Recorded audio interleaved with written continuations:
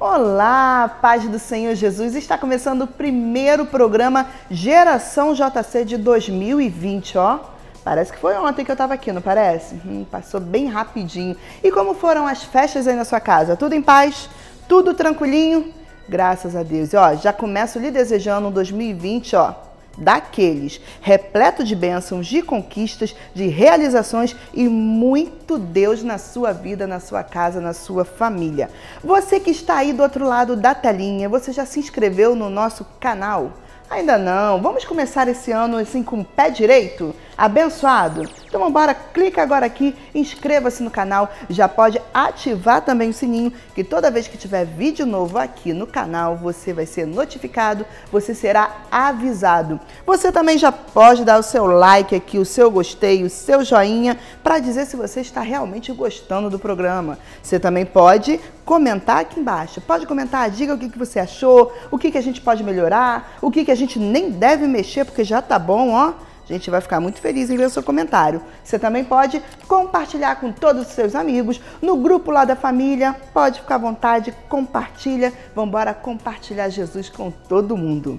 E o programa de hoje, eu trouxe uma palestra abençoada para a gente já começar impactando. Vamos embora impactar esse ano, vamos embora impactar o Brasil, vamos embora impactar o mundo. Aliás, esse é o tema da palestra impactando o Brasil e o mundo. Então, esse vai ser o ano para a gente impactar, para a gente mudar esse Brasil e esse mundo. Vamos embora? E a palestra de hoje vem com o pastor Raul Cavalcante Batista. Ele que é o líder de uma das maiores igrejas evangélicas aqui no Brasil. Fica lá na Assembleia de Deus Imperatriz, no Maranhão. Ele também é o primeiro vice-presidente da Convenção dos Ministros das Igrejas Evangélicas, Assembleia de Deus no Maranhão, a Comadesma. Então vamos embora agora com essa palestra?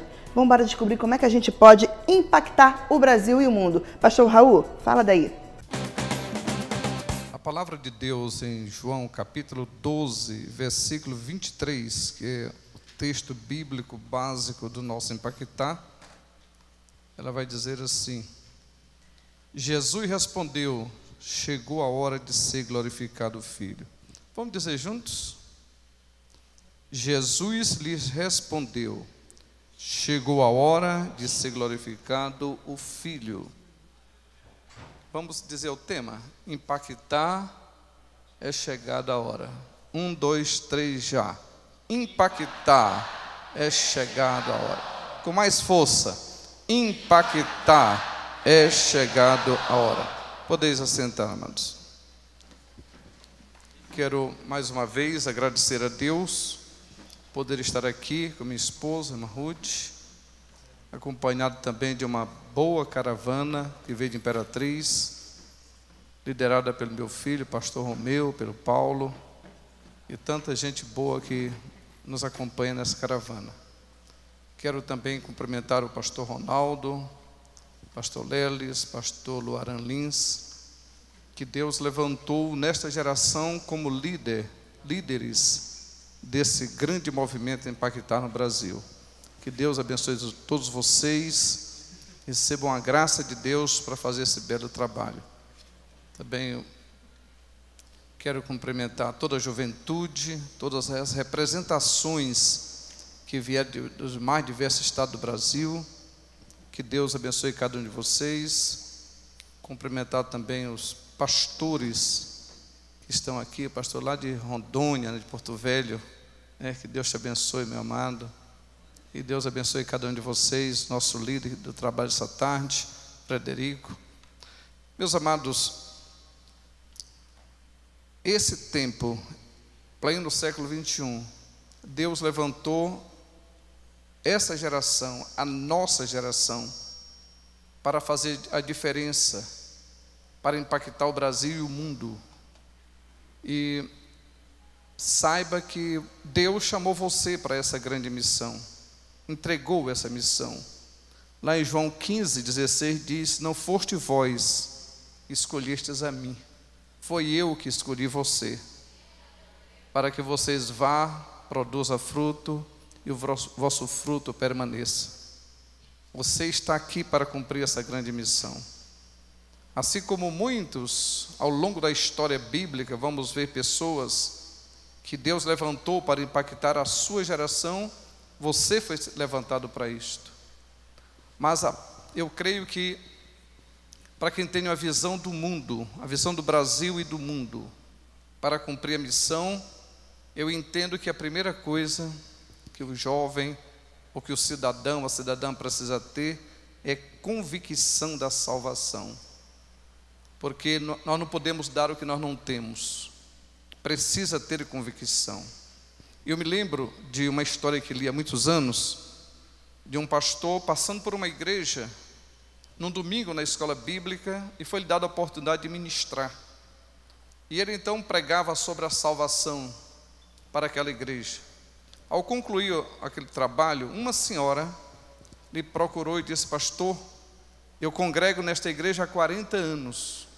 Eu faço parte do coral, sou do Ministério de Mulheres, eu dou meus dízimos, cumpro todas as obrigações da igreja. E o pastor disse: parabéns, irmã. E qual é o problema?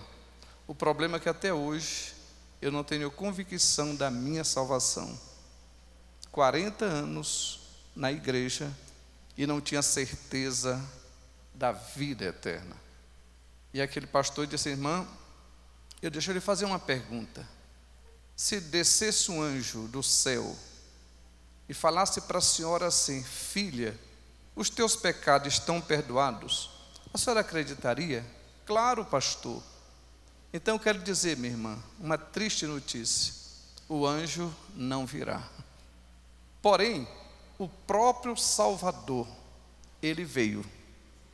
O anjo não virá, mas o próprio Cristo, ele veio e disse: filha, os teus pecados estão perdoados.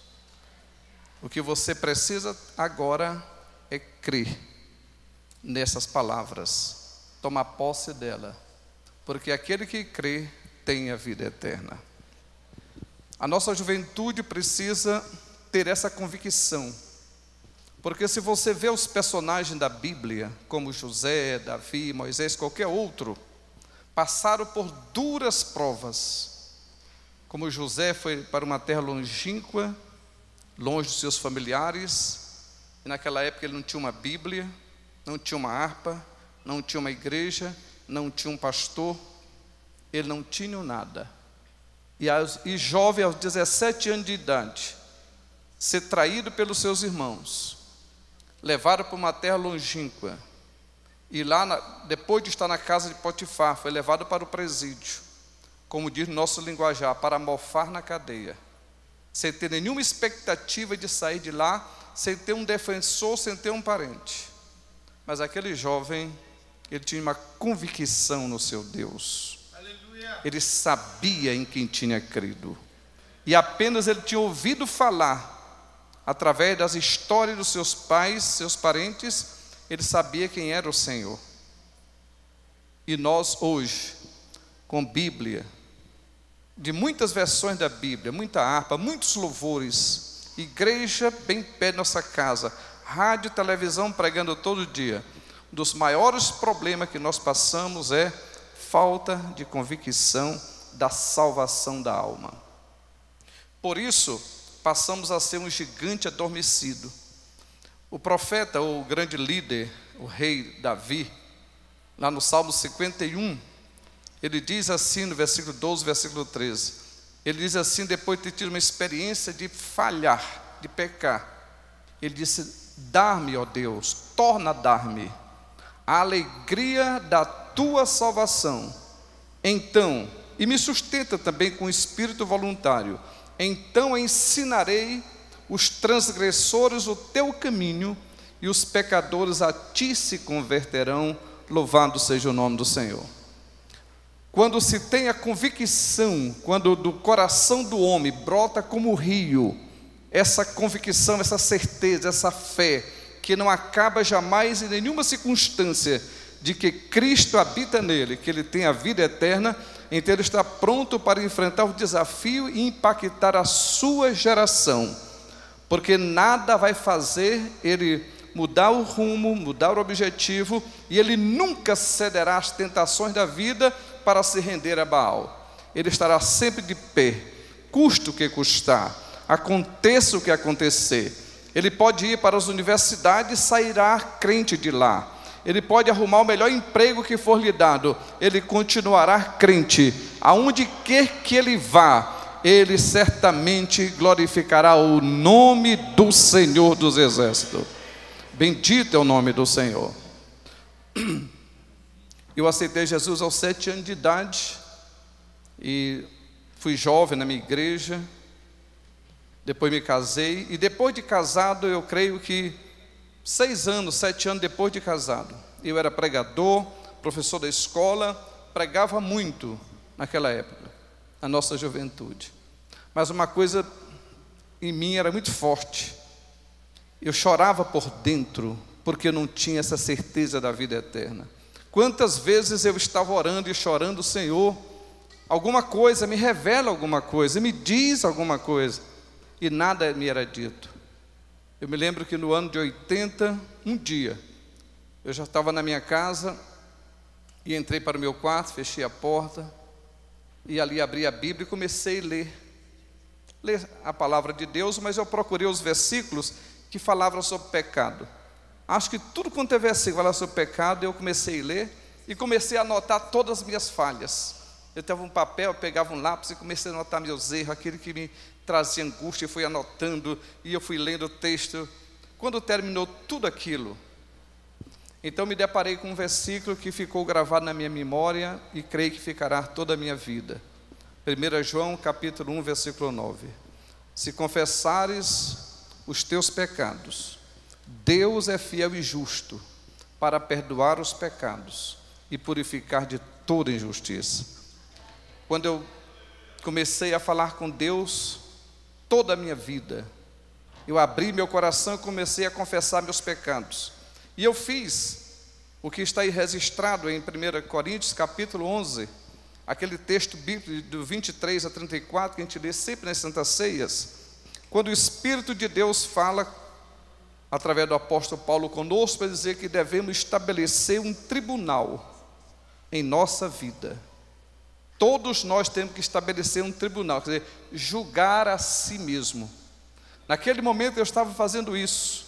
Eu estava confessando os meus erros com meu coração sincero, estabeleci um tribunal, e cada falha minha que eu tinha cometido, eu falava para Deus e eu condenava. Como juiz que estava sobre mim mesmo, eu me condenava. Eu não estava ali tentando ser um advogado da minha pessoa. Eu não estava dizendo: Senhor, eu pequei porque tu sabe que eu sou jovem. Não, eu pequei porque eu tenho uma natureza pecadora. Eu pequei porque eu era ruim. Eu fiz isso de propósito. E comecei a falar com Deus. Quando eu concluí, aí eu li esse versículo: se confessares os teus pecados, Deus é fiel e justo para perdoar e purificar de toda injustiça. Eu disse: Deus, a partir de hoje eu coloco esse versículo como base ou como uma coluna mestra na minha vida. Eu vou me levantar daqui confiante na tua palavra. Eu vou acreditar no que tua palavra diz. E eu confesso para os irmãos que já confessei dezenas de vezes por onde eu ando. Eu me levantei daquela oração salvo e salvo para sempre. Eu não fiquei salvo só por um dia. Eu não fiquei salvo só por uma circunstância. Eu aceitei a salvação para sempre, e as portas do inferno foram fechadas para mim eternamente. Deus abriu a porta do céu.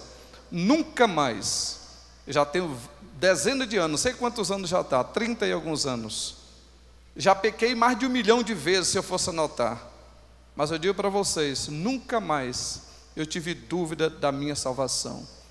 Eu tomei posse da vida eterna, e as portas do céu se abriram para mim. E eu aceitei, e eu criei em Jesus, mas para ser salvo para sempre. Porque às vezes a gente prega, irmão, eu sou pastor, posso falar isso, que a nossa salvação ela é provisória, ela é passageira, é circunstancial. Um dia eu fui fazer uma reunião na casa de um empresário e chamamos várias pessoas da Adonep. Tinha aceitado Jesus e tinha vários médicos, muitas pessoas. E tinha um médico chamado Dr. Fabiano, que tinha aceitado Jesus talvez 6 meses antes. E a primeira pergunta que eu fiz para dar minha palavra foi assim, me dirigindo para cada um individualmente: você é salvo? Saí perguntando de um por um. E todo mundo dizendo sim, sim. Quando chegou na vez do doutor Fabiano, ele, em vez de responder, ele olhou para o relógio.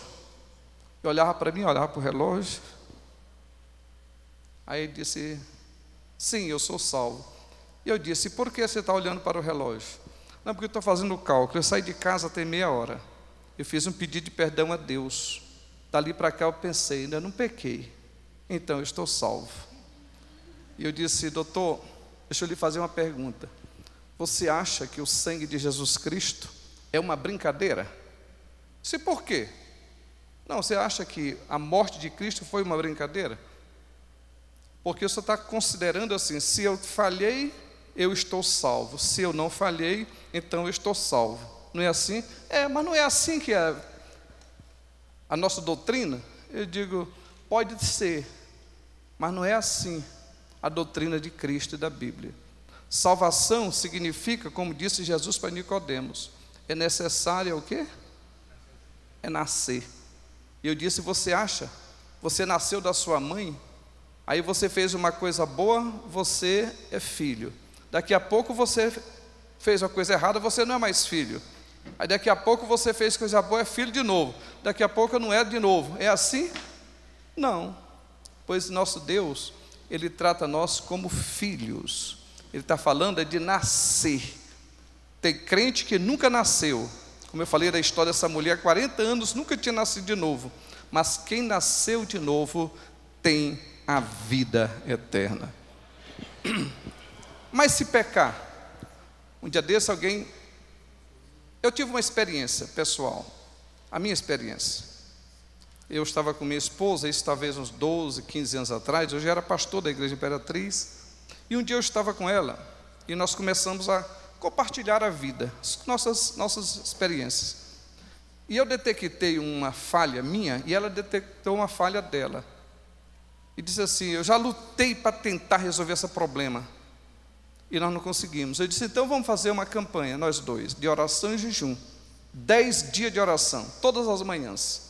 Só vamos comer depois do almoço, orando para Deus resolver isso. E fizemos isso, 10 dias. No 11º dia, eu estava numa chácara nossa, e eu perguntei para ela, minha filha, o que Deus resolveu nesses 10 dias?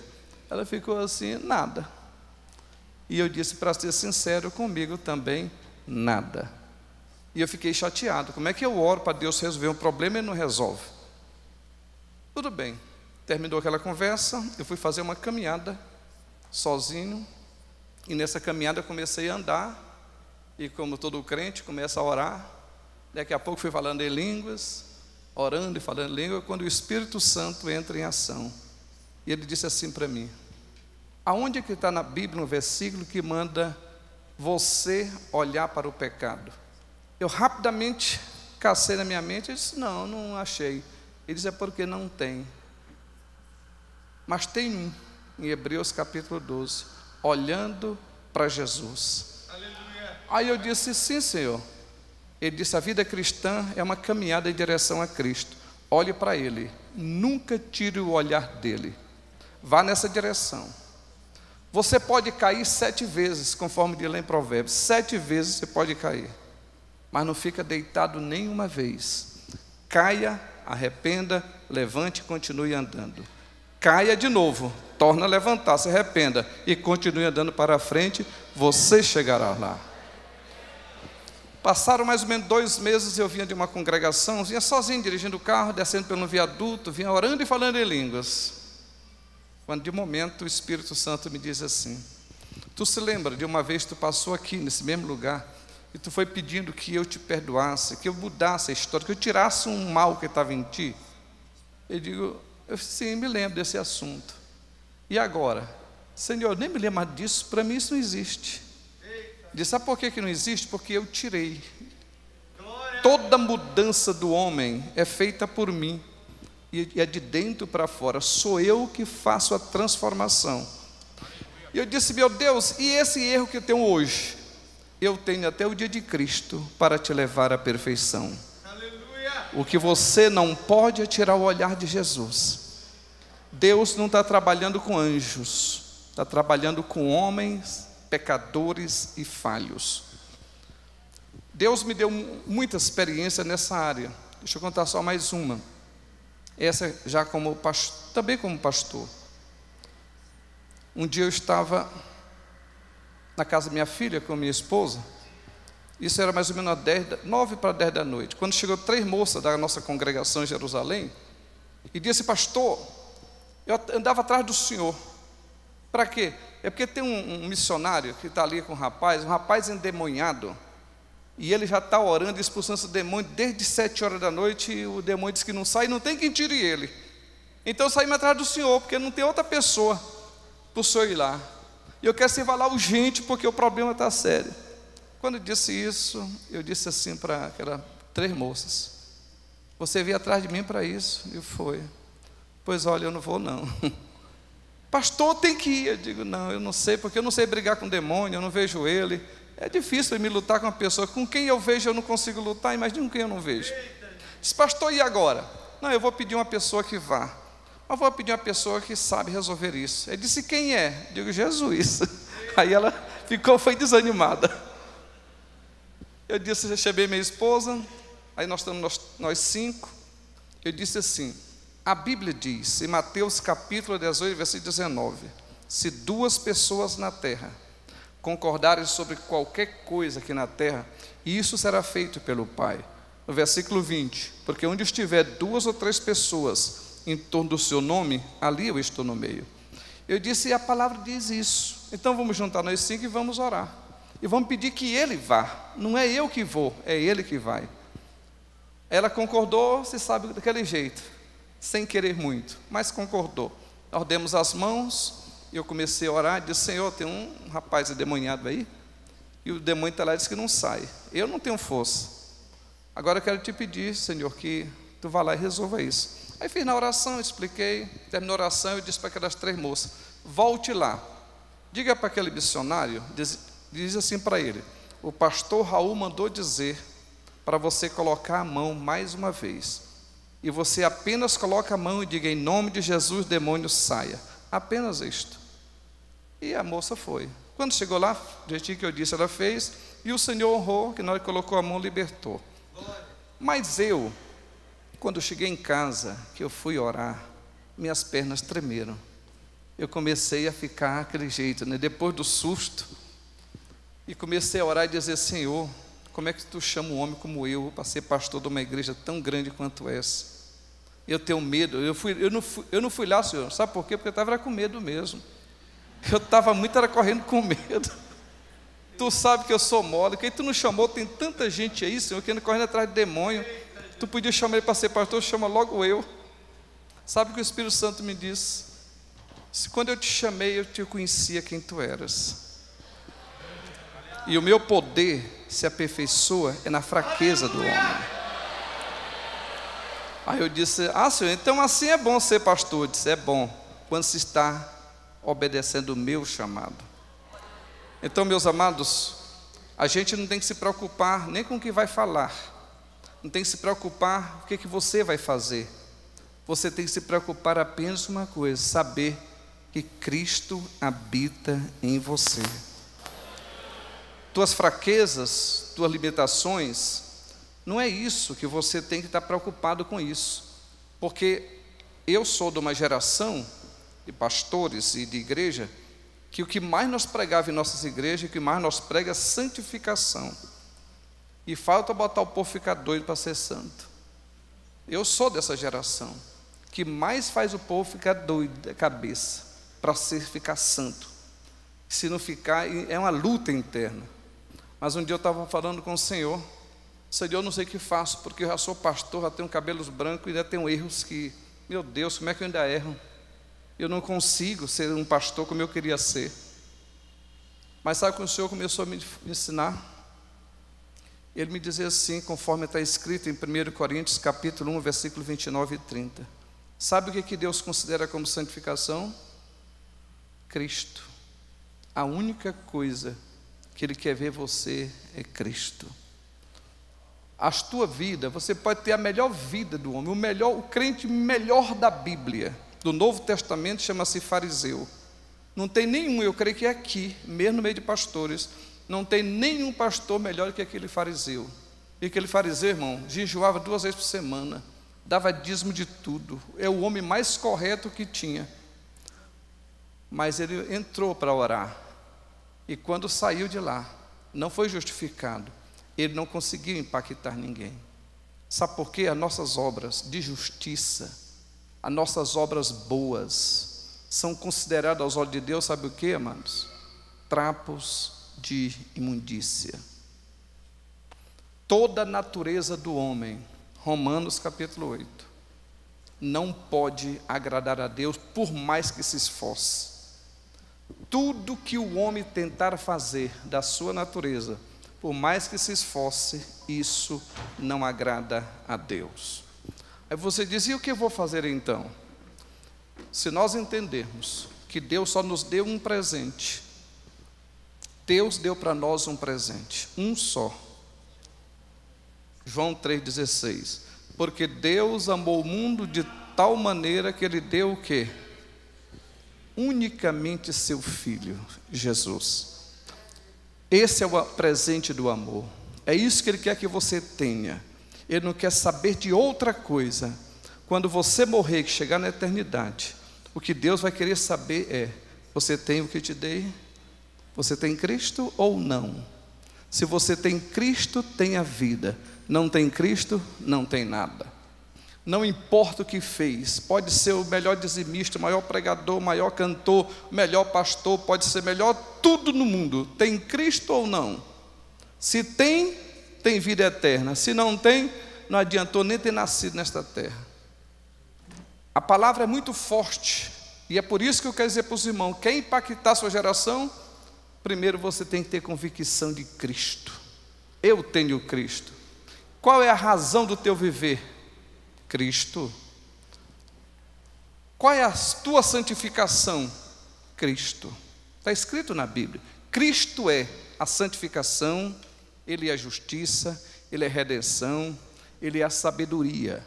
Cristo é o pastor, Ele é a saúde, Ele é o ministério, Ele é a alegria, Ele é a força, Ele é tudo. Cristo é tudo. Você tem Cristo, então você tem tudo nesta vida. Você não precisa nada mais além de Cristo na tua vida. Se você tiver Cristo, tiver convicção de Cristo na vida, então você tem tudo. Porque na pessoa de Cristo está nele, nessa pessoa de Cristo está toda a plenitude da divindade. Na pessoa de Cristo está todos os tesouros do conhecimento e da sabedoria. Na pessoa de Cristo está todo o poder de Deus. Na pessoa de Cristo está o verdadeiro amor de Deus. E você tem Ele, então você tem tudo. Basta ter convicção que Ele está em você.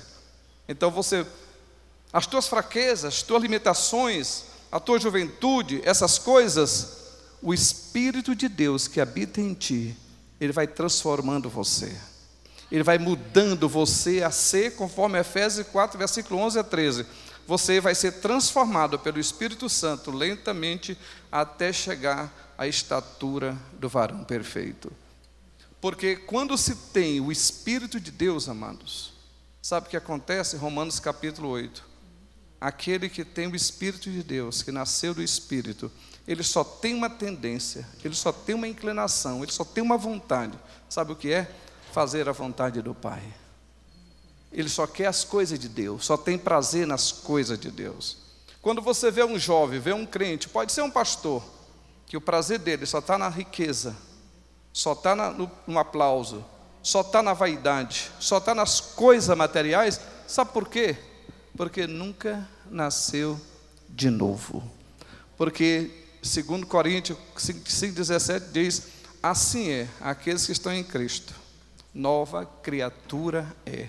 As coisas velhas se passam, eis que tudo se faz novo.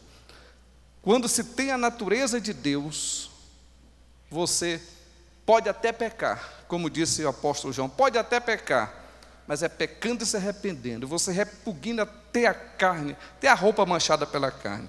Você nunca se rende a Baal, você nunca se dobra, porque você tem a natureza de Deus. Você tem Cristo em você. O que você quer nesta vida é unicamente fazer a vontade do Pai. Você vai ter o mesmo sentimento, a mesma fome que Jesus teve. Cristo habita em você, amados. Jesus disse: você sabe qual é a minha comida que eu tenho para comer? É fazer a vontade do Pai e realizar a sua obra. Então você tem essa mesma fome, esse mesmo propósito.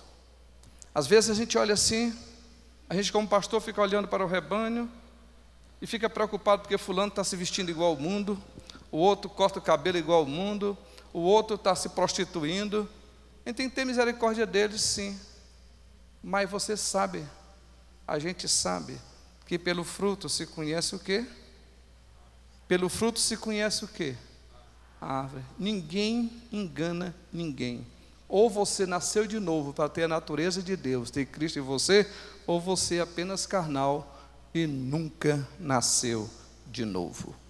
E se você não nasceu de novo, você pode ser crente, pode ter título, mas jamais impactará essa geração.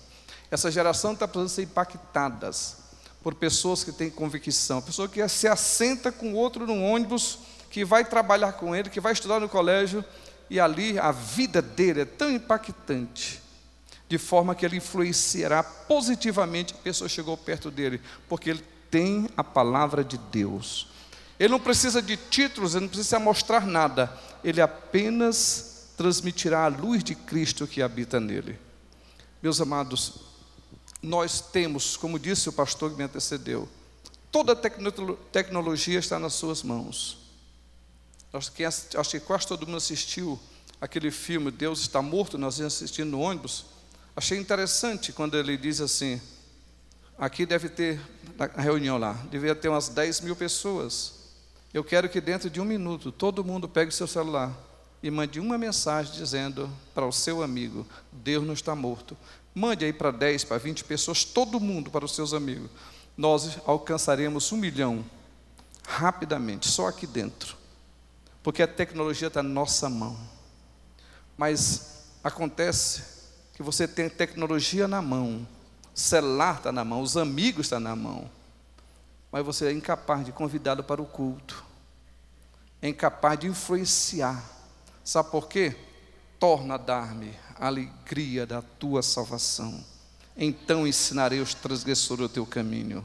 Eu vou impactar com a minha vida, porque eu vou aproveitar. É tudo que eu quero na vida, é fazer a vontade do Pai.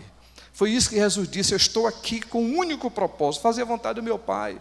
Eu não vou perder a oportunidade, eu vou usar o que estiver ao meu alcance, o que estiver na minha mão, para me cumprir esse grande chamamento de Deus, essa grande missão, influenciar uma geração, salvar uma vida.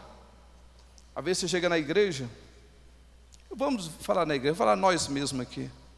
Você já imaginou? Nós temos um ambiente grande, se todos nós, e aqui nós não estamos com pessoas de várias partes do Brasil, não pode fazer isso, mas se fosse só pessoa aqui de São Paulo, se todo mundo mandasse um convite para 10 amigos, nós encheria esse lugar, porque 2, 3 anos atrás, irmãos, um jovem, não sei quem é, do Brasil, pegou o seu celular e fez movimentação no Brasil inteiro, movimentou o Brasil todo, naquelas greves, movimentação que espantou tudo quanto é político. Um jovem só, ele invadia, fazia o que chamava de rolezinho e enchia os shoppings, pessoas que ele nunca tinha visto, porque nós não podemos pegar essa tecnologia e encher as igrejas. Sabe por quê? Que está faltando o fogo do Espírito, está faltando essa convicção, faltando a gente dizer assim, mas isso é tão bom a gente servir a Deus, eu quero fazer isso porque eu sinto uma paz imensa na minha alma e eu quero que as outras pessoas façam isso. Deus está fazendo a parte dele.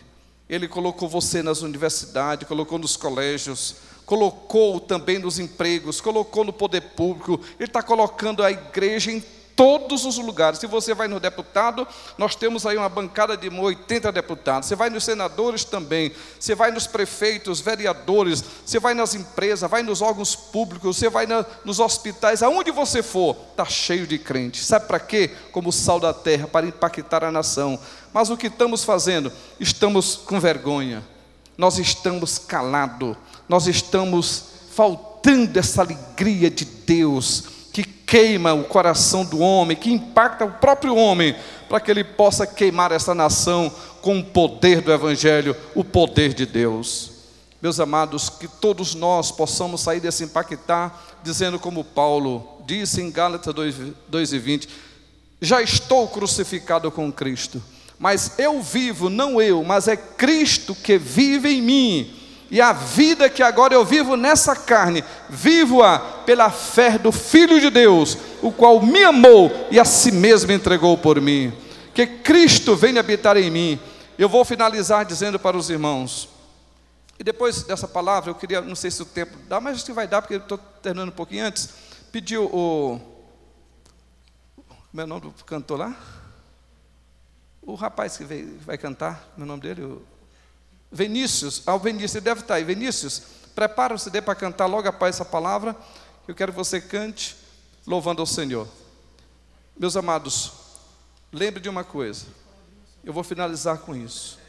Você tem que ter convicção que nasceu de novo, Cristo habita em mim. Com essa convicção, saiba, você é o legítimo representante de Cristo na terra. Você é o Cristo a manifesto na terra. Você sabe que esse, pastor, é o grande mistério que estava escondido em todas as gerações. Colossenses capítulo 1, versículo 26 e 27. Estava escondido o mistério, mas que agora foi revelado para nós. Sabe o que é? Cristo em nós, a esperança da glória. Você sabe qual é a cara de Cristo? O rosto de Cristo? O corpo de Cristo? Eu e você. Se o mundo quiser ver Cristo, tem que olhar para mim, tem que olhar para você. Uma das grandes mensagens que Cristo pregou, ele pregou depois da ressurreição, sem palavras.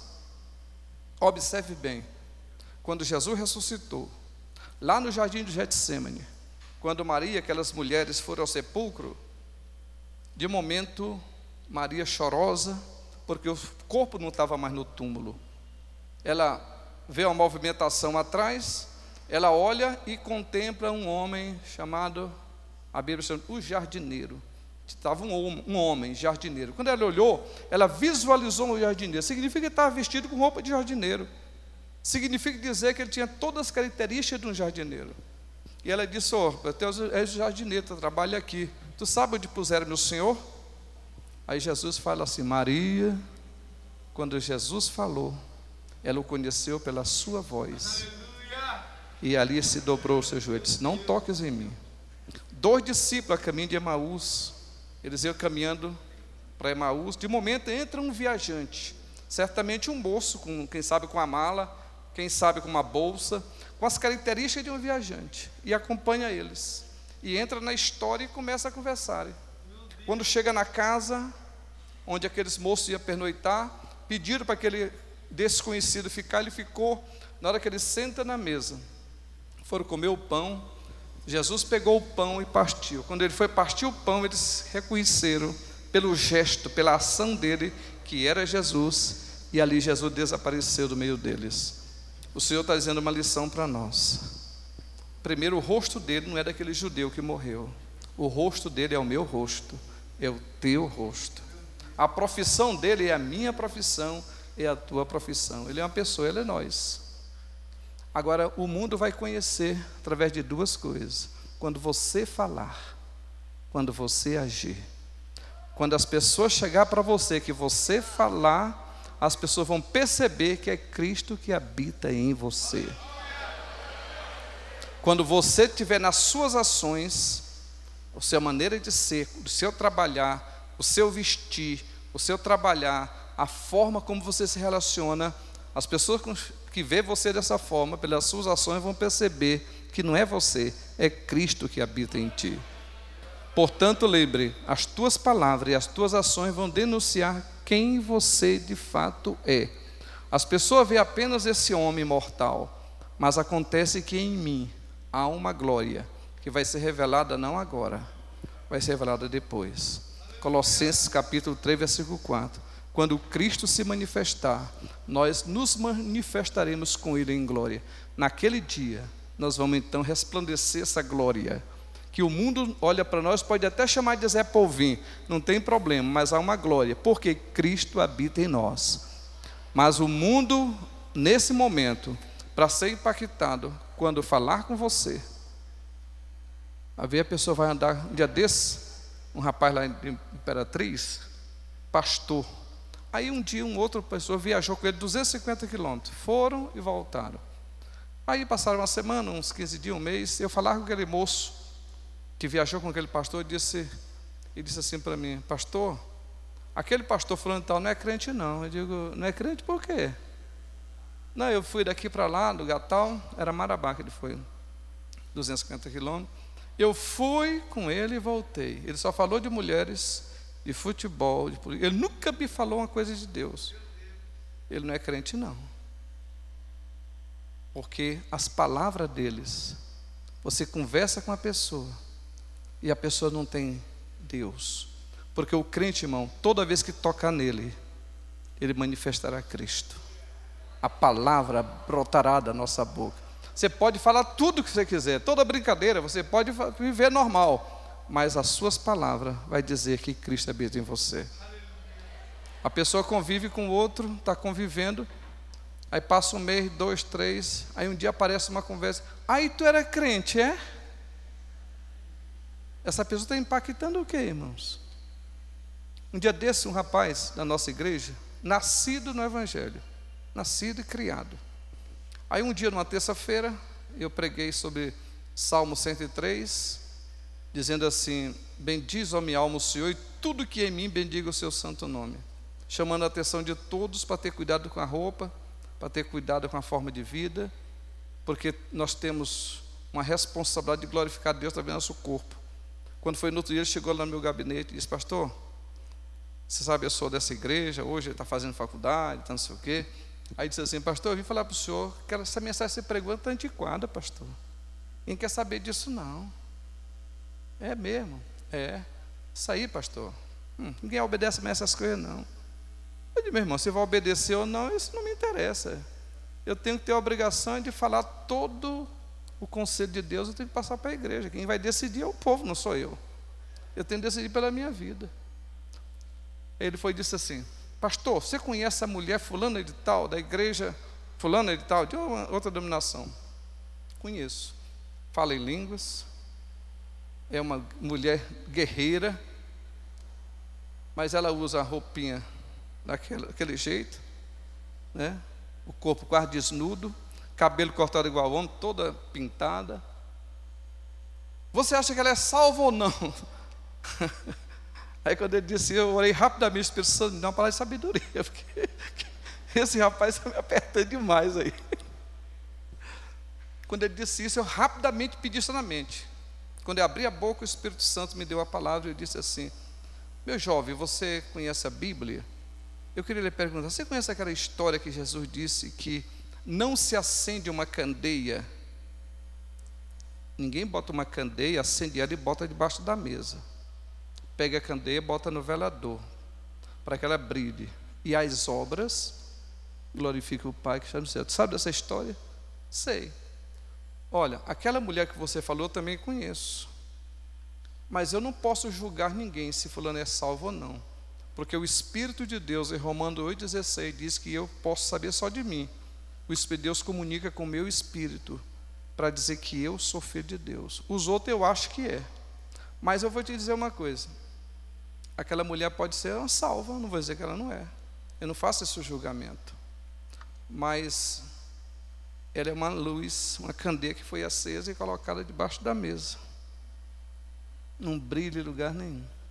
Para você saber que é salvo, você tem que relacionar, conversar, investigar, para ver se é salvo ou não. Aí eu disse assim: você conhece a minha esposa? Não conhece? Ele disse: conheço. Se tu vê ela passando na rua, primeiro eu disse assim: essa mulher que tu disse, se ela passar bem aqui agora, com esses trajes que você está falando. Você diria, essa é uma verdadeira serva de Deus? Eu disse, não, não. E minha esposa, que tu conhece, se ela passasse aqui, tu teria coragem de dizer que ela é serva de Deus? Sim. Aí a diferença. Nós estamos aqui para ser luz. Um dia desse a minha esposa entrou no calçadão, grande movimentação de comercial, e quando ela entrou na loja, olhando, descendo a roupa, que mulher desce tudo, né? Primeiro para comprar alguma coisa, desce tudo da loja, e foi descendo e tal. Aí aquela senhora, que ela foi no caixa, a mulher disse, a senhora é crente, né? Ela disse, graças a Deus. E da Assembleia de Deus, né? Ela disse, graças a Deus. Ah, eu logo vi. Aí minha esposa disse, e você é crente? Sou. De que igreja? Igreja tal. Aí minha esposa disse, eu logo vi. A palavra é a mesma, irmão. Não, logo vi que você é da Assembleia de Deus. Eu logo vi que você não é da Assembleia de Deus. Você quer impactar a sua geração? Quer impactar? Tenha Cristo e transpareça Cristo no seu viver. Do contrário, será impactado pelo mundo. Em vez de nós influenciar o mundo, seremos influenciados por eles. E a geração atual da igreja, a gente fica com pena, mas estamos sendo influenciados pelo mundo. Mas não é a nossa missão isso não. Nossa missão é influenciar o mundo. O mundo tem que ser impactado por essa geração.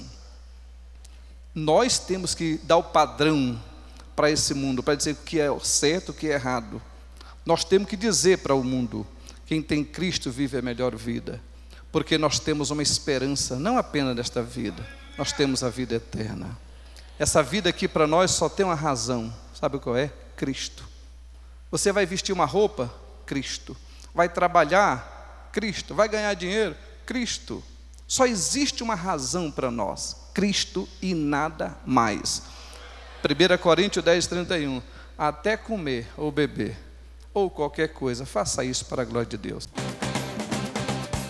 Que palestra foi essa, hein? Que mensagem! Você já aprendeu como é que você vai impactar o Brasil e o mundo neste ano? Primeiro passo é a gente pedir ao Senhor, Senhor, me orienta. Quais são as estratégias que eu devo tomar? Por onde eu começo? E vamos embora impactar o Brasil e o mundo, vamos embora espalhar Jesus por esse mundão todo, porque muita gente ainda precisa ouvir falar do amor de Deus, muita gente ainda precisa conhecer Jesus. Então vamos embora começar com a gente? Vamos embora? Não fica aí parado não, vamos embora evangelizar, vamos embora levar Jesus para esse Brasilzão e para o mundo. Muito obrigado por sua companhia, por sua audiência, por sua participação, por todos os likes, comentários. Que o Senhor Jesus te abençoe e que esse ano de 2020 seja o ano de nossas vidas.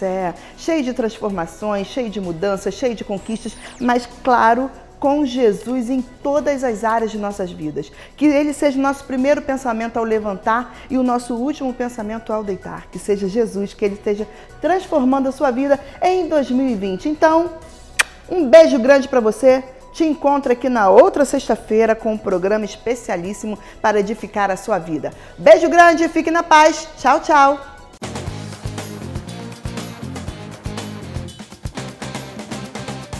A igreja que prioriza o ensino da palavra de Deus é fortalecida contra as investidas do mal. Chegaram as revistas de escola dominical da CPAD para o primeiro trimestre de 2020. Nas lições bíblicas adultos estudaremos a raça humana, origem, queda e redenção, comentadas por Claudionor de Andrade. E nas lições bíblicas jovens, Jesus Cristo, Filho do Homem, Filho de Deus, comentadas por Tiago Brasil. A CPAD possui um currículo completo para as demais faixas etárias. Confira: berçário, maternal, jardim de infância, primários, juniores, pré-adolescentes, adolescentes, juvenis e discipulado para classes de novos convertidos. Com ensino bíblico ortodoxo, orientação pedagógica e didática, o currículo da CPAD possui um vasto material de apoio, pasta de visuais com ilustrações para as aulas das classes infantis infantis, livros com tema das lições de jovens e adultos, revista Ensinador Cristão com subsídios e sugestões de novos métodos educacionais e muito mais. E tudo isso com preços e condições especiais para igrejas. Adquira agora pelo telefone 0800 021 7373 ou pelo site cpad.com.br ou na livraria CPAD mais próxima. CPAD, a editora da Escola Dominical.